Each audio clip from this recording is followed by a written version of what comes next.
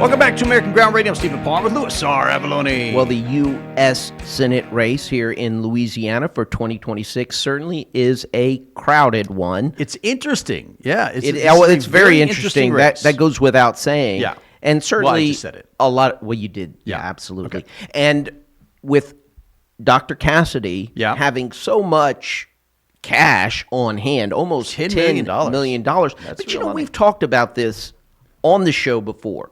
What kind of messaging can you really buy with $10 million in terms of to change folks' minds? Well, he's running on the campaign that he's bringing home the bacon to Louisiana, and he is Donald Trump's best friend now. That Donald Trump can't get anything through the Senate without Bill Cassidy being right there. He got RFK confirmed. Oh my gosh, he got the big beautiful bill through. Bill Cassidy's like the best friend of Donald Trump these days. That's their campaign. That's the messaging, certainly. Yeah, and he just hopes that you forget about the impeachment vote several years ago. Absolutely. So the latest entrant into this campaign for United States Senate is Julie Emerson. That's right. She serves in the Louisiana legislature. She co-authored the tax overhaul that Governor Jeff Landry championed, that the legislature passed. Do you want to get her on the phone? You know what? That would be a great idea. I think that would be a very good idea. She has been on the show before. Yeah, we have had her on the and actually in Lafayette. We were live. We were live with her down in Lafayette. And I went to the Republican National Convention that she was also one of the delegates to. So great person. Well, and joining us now, Julie Emerson. Welcome to American Ground Radio. So happy to have you with us.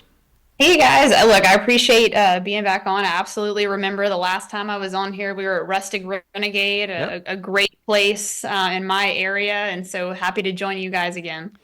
So you have just announced that you're running for Senate, that you're running for the Senate against Bill Cassidy.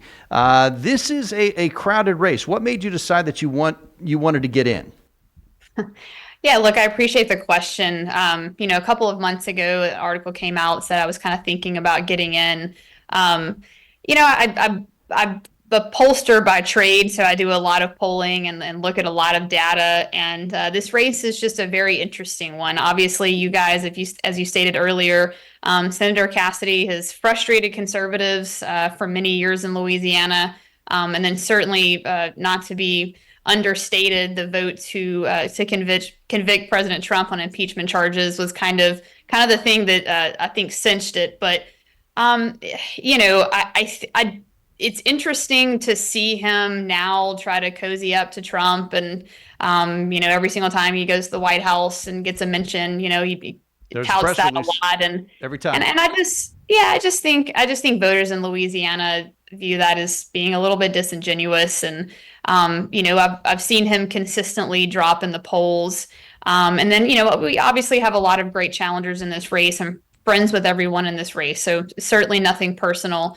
But as we were just looking at the data and the polling and seeing the large amount of people that were still undecided, which is certainly not unusual for a race that's still this far out, but you saw the large number of people undecided, and also a large number of people that were still kind of looking for a candidate to land on. So ultimately, I decided that the path was very much there. And I think the beauty of this, I've seen a lot of concern about splitting the vote.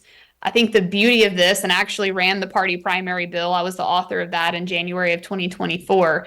On the first round, we can have all the Republicans and certainly all the conservative challengers in this race, and then we'll go to a runoff, and we can unite behind the most conservative candidate. I think a lot of folks are still really wrapped up in the jungle primary mindset of splitting the vote and having a Democrat and a Republican advance to a runoff, but that's not the situation we have anymore. We have all Republicans in the first round, and then the top two Republican vote getters will go to a runoff, and certainly I imagine that one of those top two will be a strong conservative, and I hope both of them are. I mean, I hope both spots are filled by strong conservatives, and then we have great choices.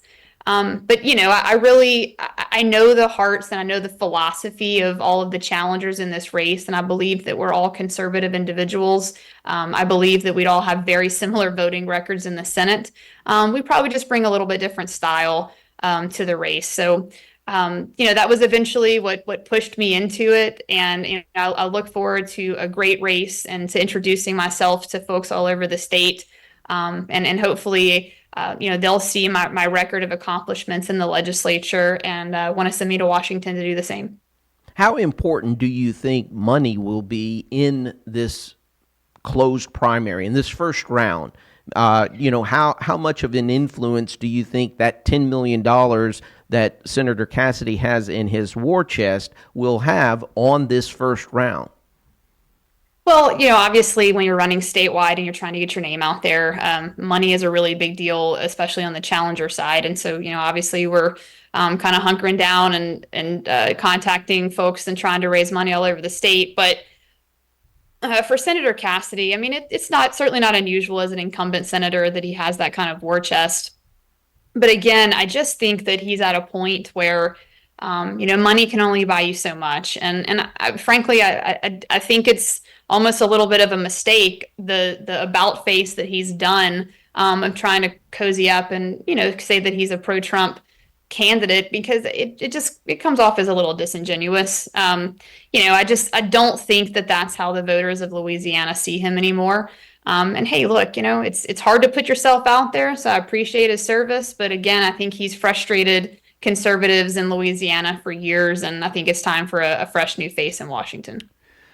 Okay, so you're a pollster by trade. What do you think are the most important things for Republican voters coming up in the Senate race? What's the most important issues that you're campaigning on?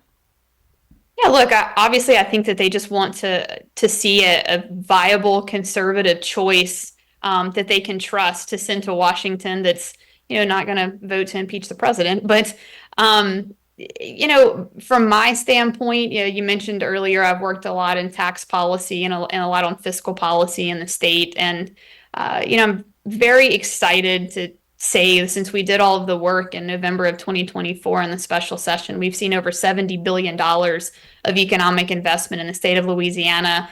We've leapfrogged in the rankings. Just got new rankings today. We're still in the top 15 from business competitiveness with the Tax Foundation. So just very excited about that. And so, when I look at Washington, one thing that we're demanded to do constitutionally in Louisiana is balance our budget. And that's something that, obviously, as you guys know, Washington has never really been a fan of doing. But, we've got to find ways to cut back on all of this bloated spending. And I know a lot of folks running say that, and, but look, I think when you look at my record and, I think I voted against almost every single John Bel Edwards budget in my 8 years of serving while he was governor. Maybe I voted for one. But most of them I voted against because, frankly, they grew the budget like crazy. And that's just not what we need. This year, the last couple of years, we've had a much tighter belt. We had a standstill budget this year as far as the state effort of the budget. And so, very excited we were able to do those things. And one thing I really want to point out, I think it's just an amazing stat. We saved, I believe the number is about $40 million this year by cleaning up our Medicaid rolls. And I know that became a really big hot button issue, especially with the big, beautiful bill. But let me tell you what we did in Louisiana. We got about 15 seconds left. Yep. We just actually looked at it and we took off people who were dead and who had moved out of state. That was the two things that we did, people that didn't need to be on the rolls anymore. And we saved that kind of money. And that's the kind of attitude and mindset I think we have to have in Washington. Julie Emerson, State Rep. That. I like that. Very good stuff. State Rep Julie Emerson running for Senate. Thank you so much for spending some time with us, and we'd love to have you back. Thank you, guys.